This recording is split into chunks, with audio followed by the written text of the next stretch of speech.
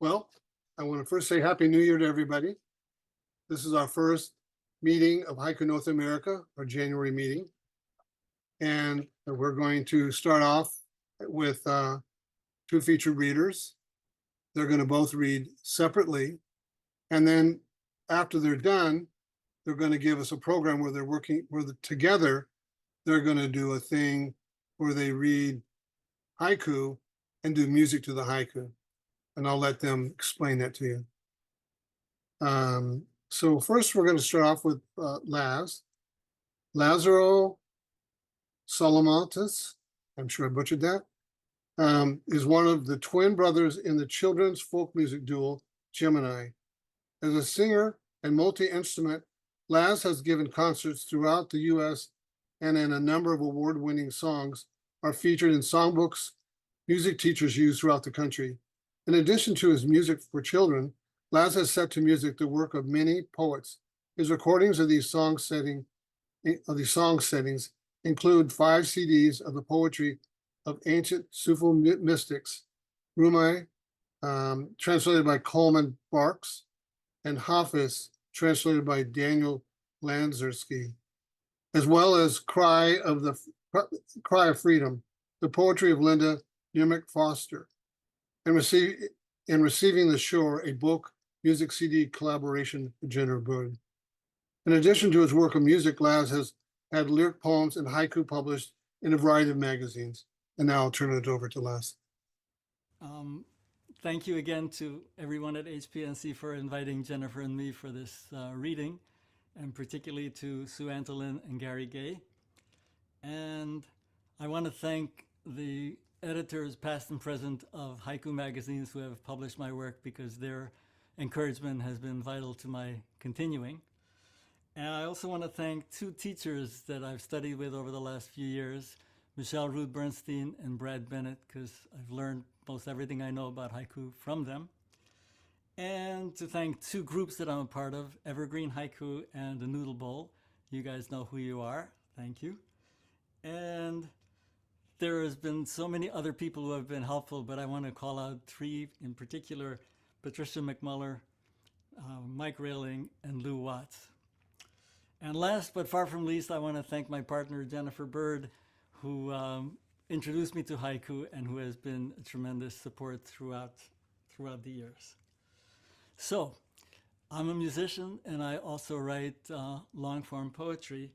And one of the things I noticed when I started to write haiku is that it brought out a side of me that was not particularly coming out in the other creative things that I was doing, and that was some humor and lightness. So I want to start by giving you a few examples of those. Sparks from a campfire, the little lies that improve the story. Sparks from a campfire, the little lies that improve the story. Riding an invisible pogo stick, robin in the grass. Riding an invisible pogo stick, robin in the grass. My atheist neighbor, Christmas lights all year round. My atheist neighbor, Christmas lights all year round. Just washed window, the cat blocks the sunset. Just washed window, the cat blocks the sunset. Chocolate shop window, the child leaves both handprints. Chocolate shop window, the child leaves both handprints. And one more in this section.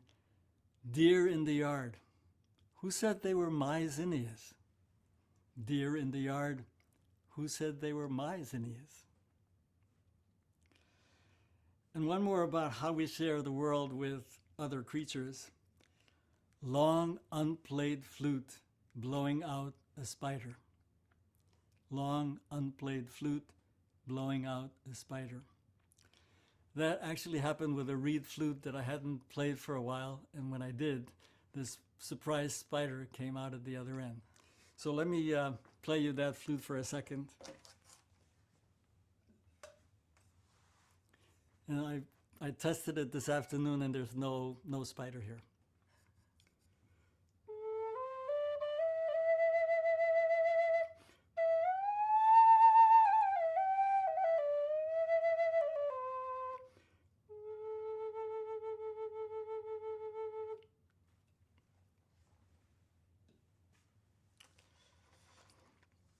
also saw that writing haiku was sharpening my attention to the details of the world, especially in nature. And by the way, I'm totally a city person. I was brought up in cities, and most of my life I had not had much contact with nature.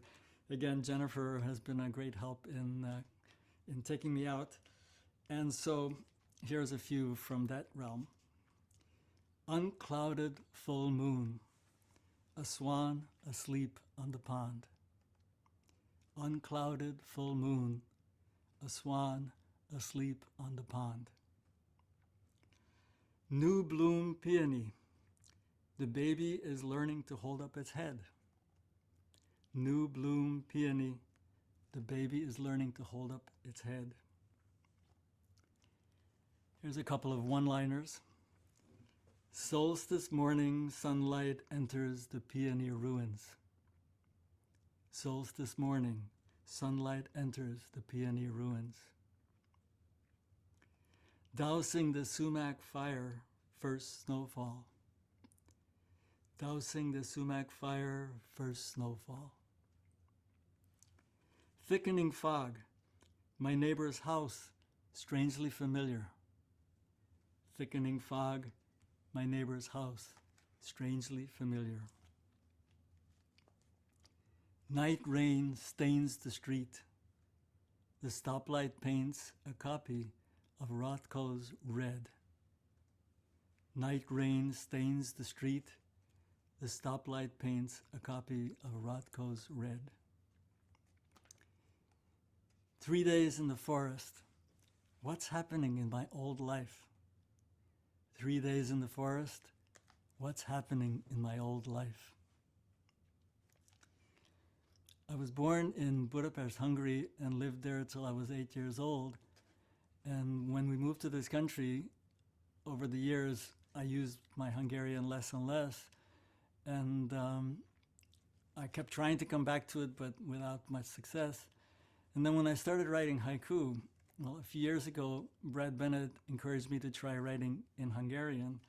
So let me read you a few that I've written in my native tongue. Újra tanulni az anyanyelvemet. A tavasz zöld varázslatot varázsol a földre. Relearning my mother tongue, spring casts a green spell on the land. Relearning my mother tongue, spring casts a green spell on the land. One of the things I noticed in writing in my native tongue is that it brought out some more mysterious and maybe darker images than I was writing in English. Hazafelé az őszi sötétség bemutatja magát. Towards home, the autumn darkness introduces itself. Towards home, the autumn darkness introduces itself.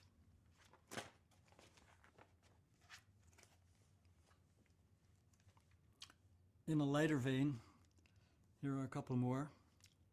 Tükör mese, egyszer hol nem volt az apám arca. Mirror story, once upon a time, my father's face. One of the things I love about the phrase in Hungarian of once upon a time, the phrase that's used to start stories is egyszer volt, hol nem volt, which literally means once there was, where wasn't there? One more Hungarian one. Madárdal, megtalálni, hol bulkált a boldogságom. Bird song, finding where my joy was hiding. Bird song, finding where my joy was hiding. And at the risk of embarrassing Jennifer, I want to end with a few love haiku. An ordinary night, I was not prepared to fall in love. An ordinary night, I was not prepared to fall in love. The morning after, a strand of her hair caught in my beard. The morning after, a strand of her hair caught in my beard. The longest night, still not long enough for us. The longest night, still not long enough for us. And two more poems. These are both in Hungarian, and they're also love poems. Pirosodnak az almák, késői szerelem. The apples are reddening, late love. The apples are reddening, late love. And the last one. A gyertya táncol, kezed megtalálja enyémet az asztal alatt. The candle dances, your hand finds mine under the table. The candle dances, your hand finds mine under the table. Thank you very much. And now Jennifer will read, and then we'll do something together. Very nice.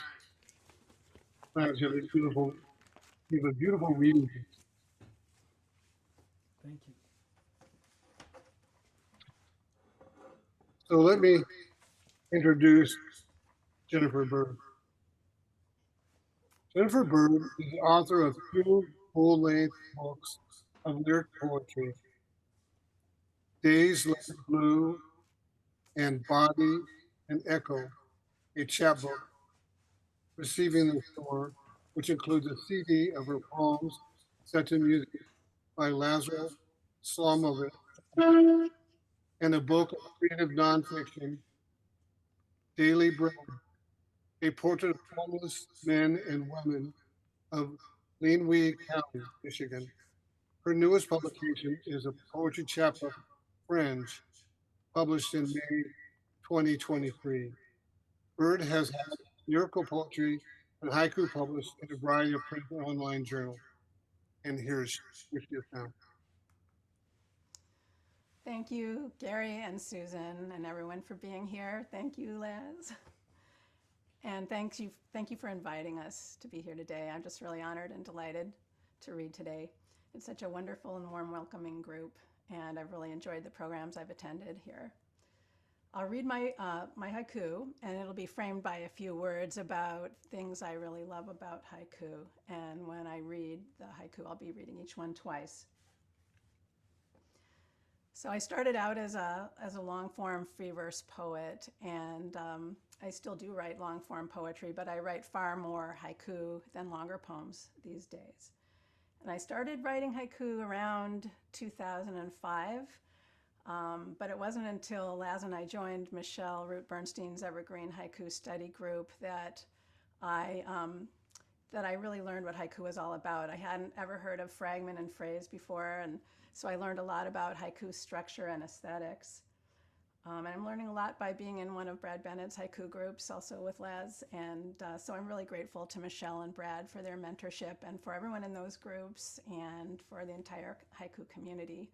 We really can learn a lot from each other, and it's great how we can connect through Zoom and in all other ways. And I'm grateful to the editors who chose to publish the poems I'm reading today.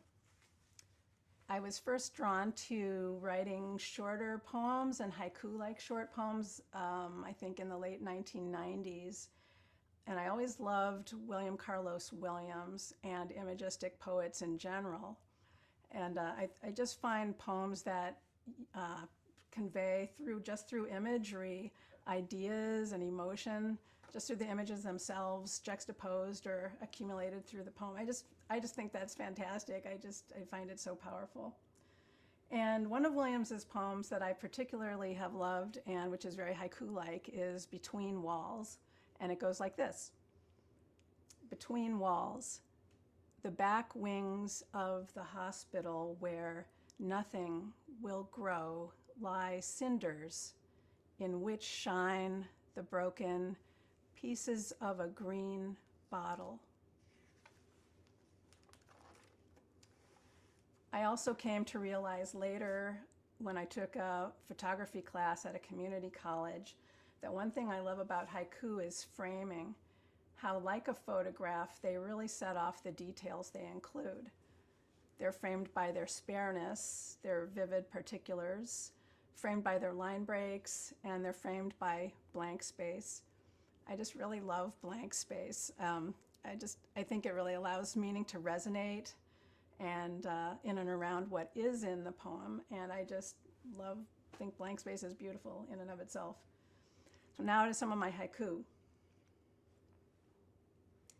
Packing, unpacking, the first daffodil tips. Packing, unpacking, the first daffodil tips. Small town diner, she tells us we can take any seat we like. Small town diner, she tells us we can take any seat we like. Hot afternoon, a sigh from the pneumatic lift. Hot afternoon, a sigh from the pneumatic lift. Between jobs, Queen Anne's lace in the clover leaf. Between jobs, Queen Anne's lace in the clover leaf. The yellow canoe hung upside down, autumn stars. The yellow canoe hung upside down, autumn stars. Family stories, the cat circles before settling in. Family stories, the cat circles before settling in. Inside a small V of geese, clearing sky. Inside a small V of geese, clearing sky. Midwinter thaw, the pear already overripe. Midwinter thaw, the pear already overripe. Winter sunset, cutting radishes into roses. Winter sunset, cutting radishes into roses. I've always loved metaphor and thinking about metaphor, though I don't use overt metaphor much in my haiku. And I love and do use in my haiku all of what I consider, if not outright metaphor, then metaphor-like effects, poetic strategies that aren't metaphor constructed with a to-be verb, but such things as implied metaphor, synesthesia, juxtaposition, onomatopoeia, and other sound effects. And in haiku, I love the challenge of trying to find fresh and expressive language that doesn't distract by calling too much attention to itself, but still allows meaning to resonate out into the reader. So a few more of my haiku. Great-grandmother's diary, stubble field in snow. Great-grandmother's diary, stubble field in snow.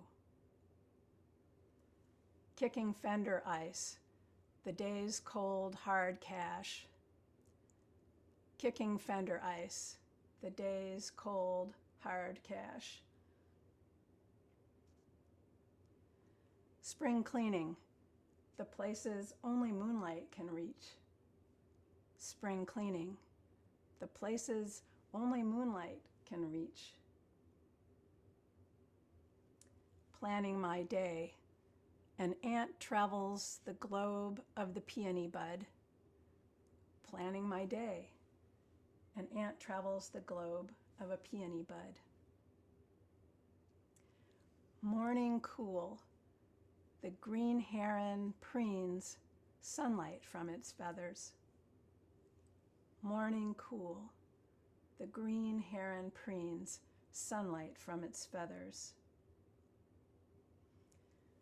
The butter end of summer, first yellow leaves.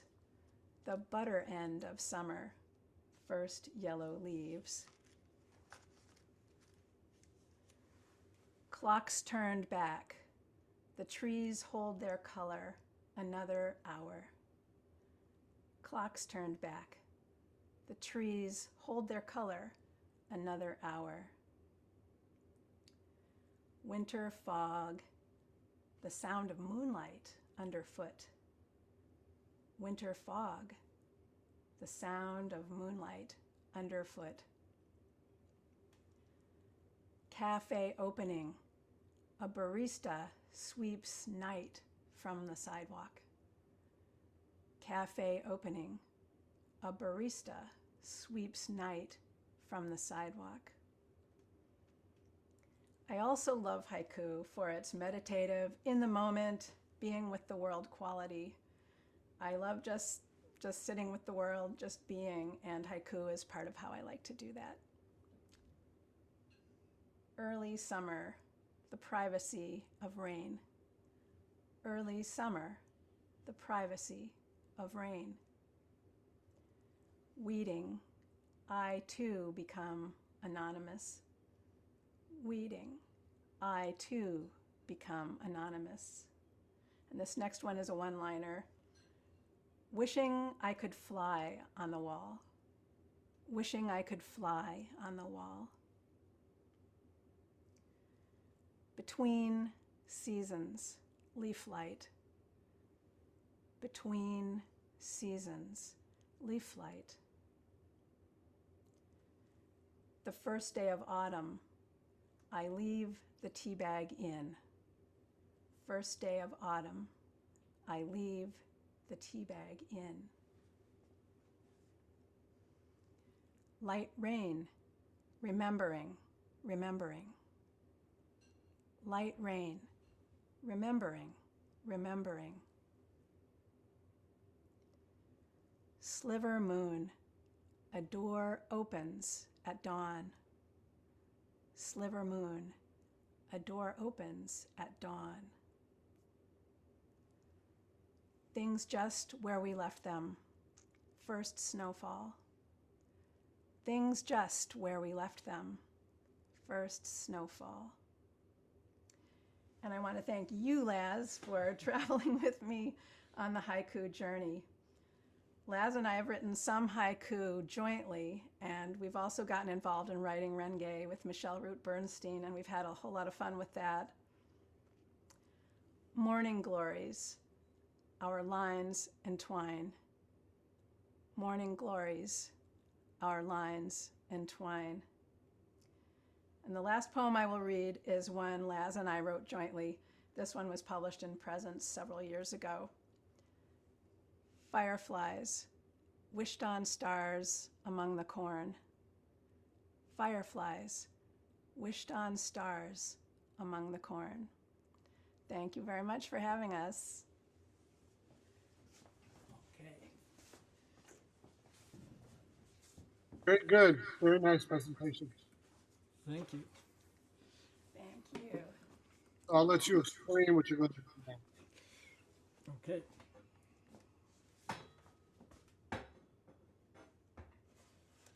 So, as you mentioned, Gary, I've set a number of poets to music, and we're going to sing a poem by Robert Frost that definitely has a haiku image embedded in it, and you'll recognize it.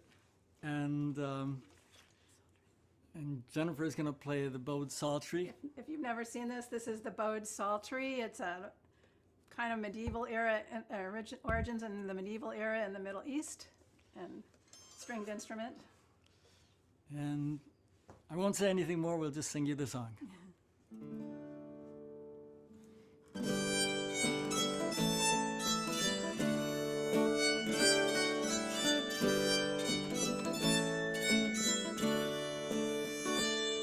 I'm going out to clean the pasture spring. I'll only stop to rake the leaves away and wait to watch the water clear I may. I shan't be gone long, you come too. I shan't be gone long, you come too. I shan't be gone long, you come too. I shan't be gone long, you come too.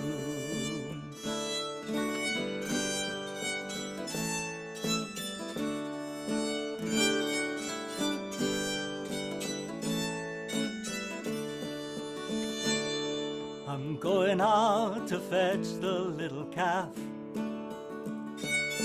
that's standing by the mother, it's so young. It totters when she licks it with her tongue. I shan't be gone long, you come too.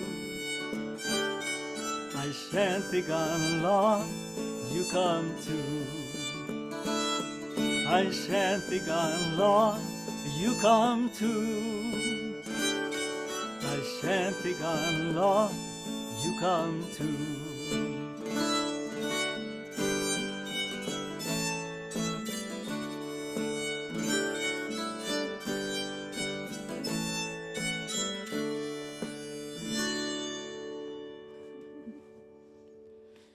So the other thing that we wanted to present is some haiku that one or the other of us has written that Jennifer will read, and I will respond with some musical instrument in a musical phrase. And the idea for this came from something that Jack Kerouac did in the jazz bars in the 1950s. And there is actually a recording of him doing that with some quite well-known jazz saxophone players responding to his reading a haiku. So I don't play saxophone, but I play a bunch of different kinds of folk flutes, so that's how I'll be responding. Mm-hmm. Oops. Let's get that. So the haiku I'm going to read are from just this little stapled booklet Laz and I created for ourselves called, we call it Unexpected Music. All right. Whistling, and what these are, both of us, one or the other of us wrote the ones that I'll read here. But I don't know what she's going to read, so the idea is for me to respond spontaneously. Right. He doesn't know exactly, and he'll come up with something in the moment. Whistling all through the house, spring wind.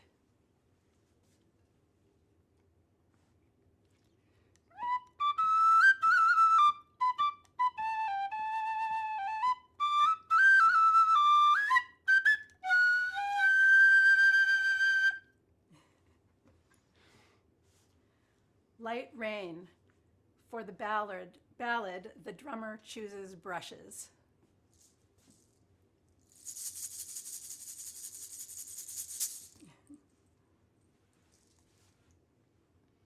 The busker's penny whistle weaves in and out city traffic.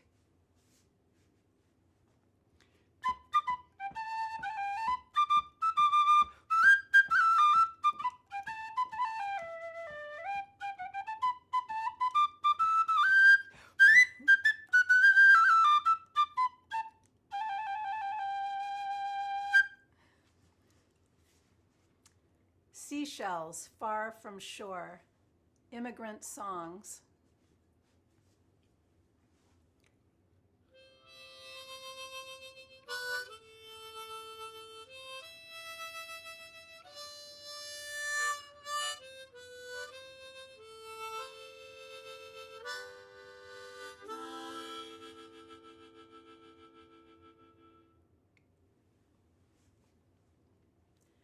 Open air market. The conga player tunes watermelons.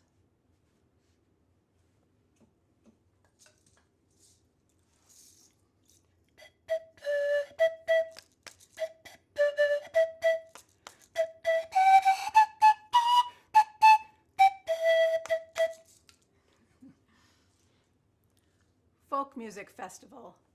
The cicadas start on the beat.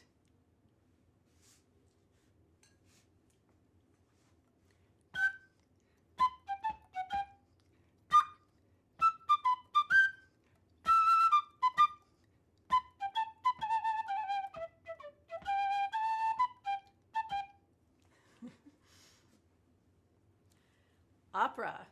Even the bad guys sing in tune. La la la la. Whole note. The full moon all night long.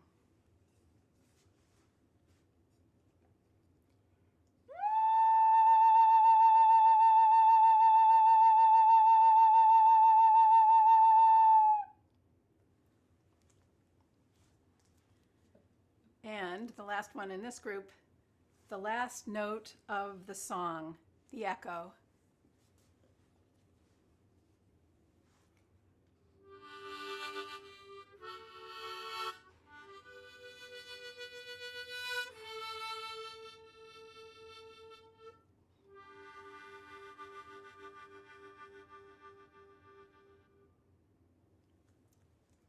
Thank you, Laz. I think of these as like oral haiga. I've set a number of Jennifer's poems to music, and this next one is one that is not a haiku, but it's actually a number of very haiku-like images. And the title of the poem is Walking Home at Dusk, and I use that as the opening line of the song.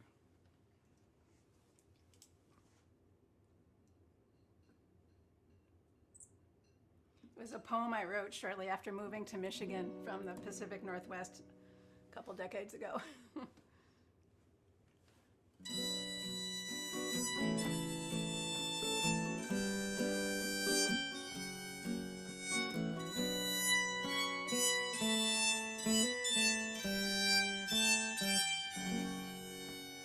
Walking home at dusk, walking home at dusk, walking home at dusk, walking home at dusk.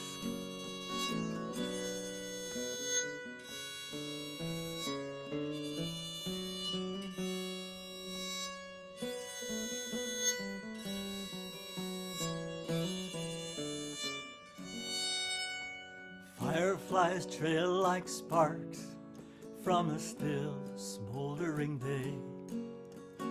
Fireflies trail like sparks from a still smoldering day.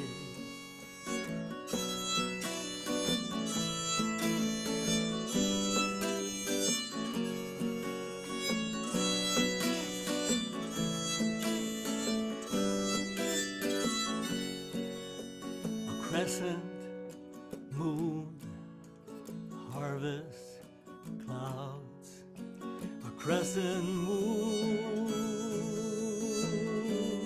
harvest clouds, while corn falls quiet under evening mist, while corn falls quiet under evening's mist.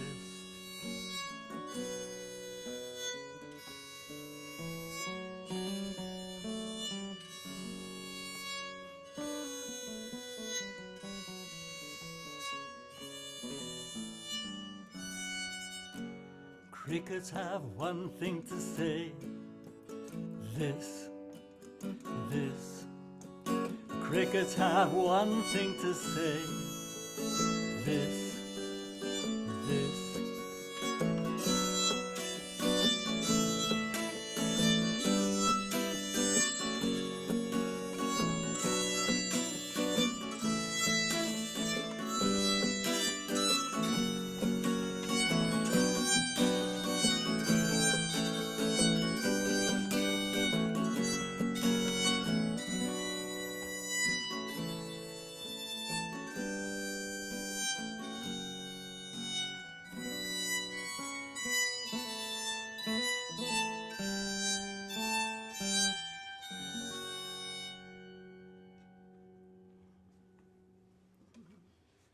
So we'll do another brief haiku and response from some instrument or another. With more haiku that Laz doesn't know I've picked out, so he's going to render.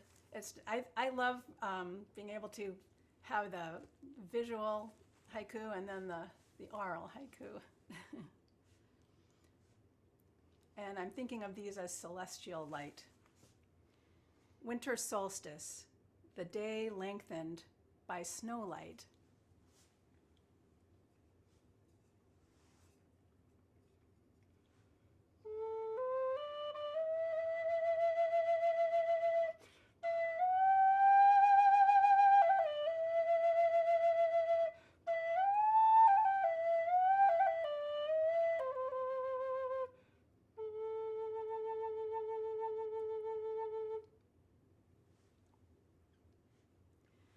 Wind chimes in winter, distant stars.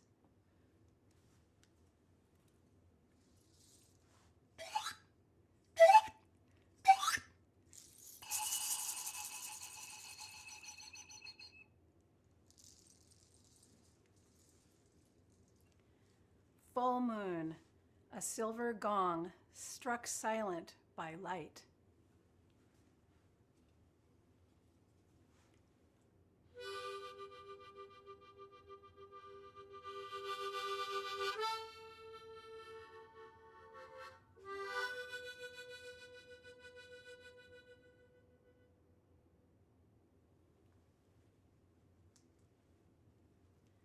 Pale winter sunset, the honey flows off the spoon.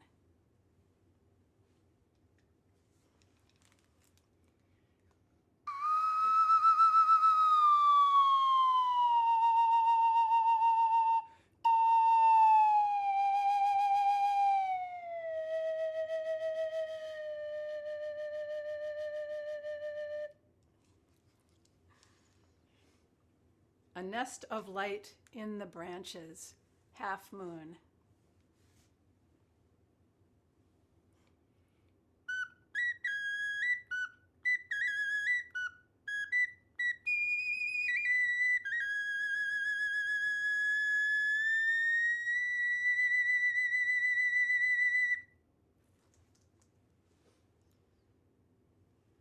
Morning star, the silhouette of a paper wasp nest.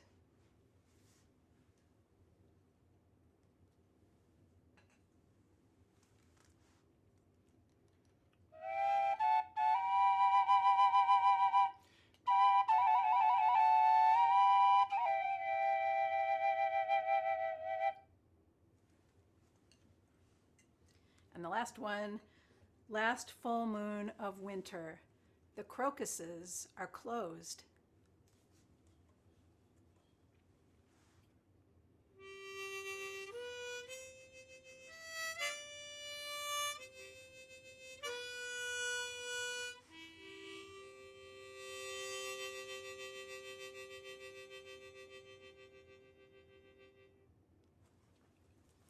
Thank you, labs.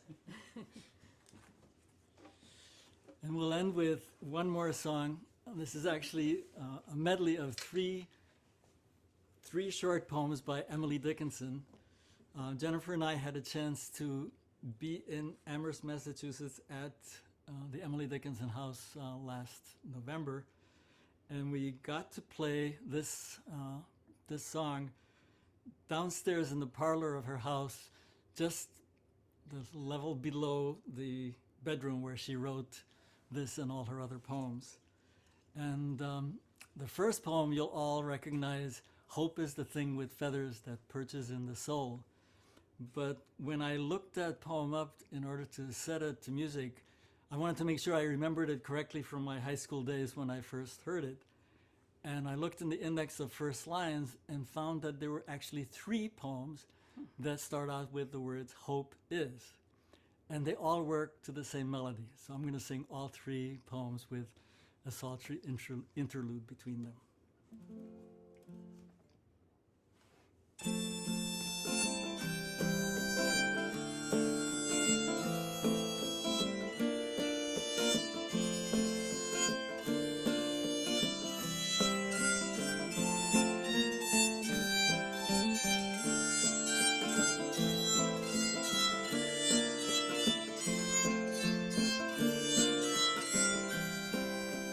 Hope is the thing with feathers that perches in the soul and sings the tune without the words and never stops at all.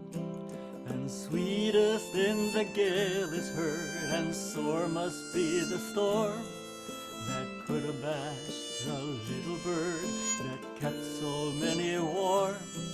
I've heard it in the chillest land and on the strangest sea, yet never in extremity did ask the crumb of me.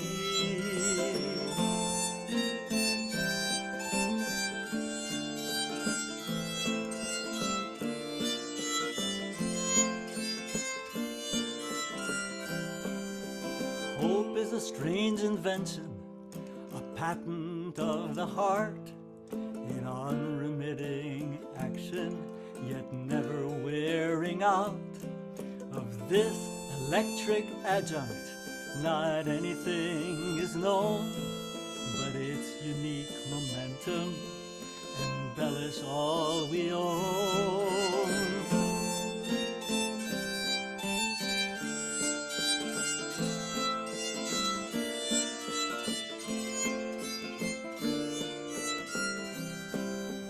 Hope is a subtle glutton, he feeds upon the fair, and yet inspected closely, what abstinence is there? His is the halcyon table that never seats but one, and whatsoever is consumed, the same amount remains.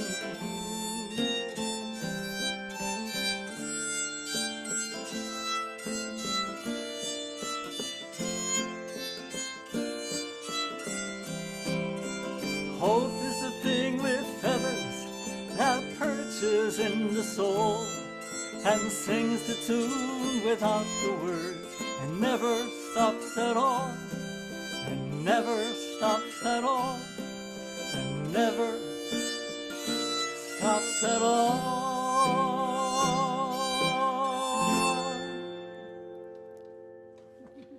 Thank you very, very much. Thank you, everybody. It was a delight to play for you and read. Thank you.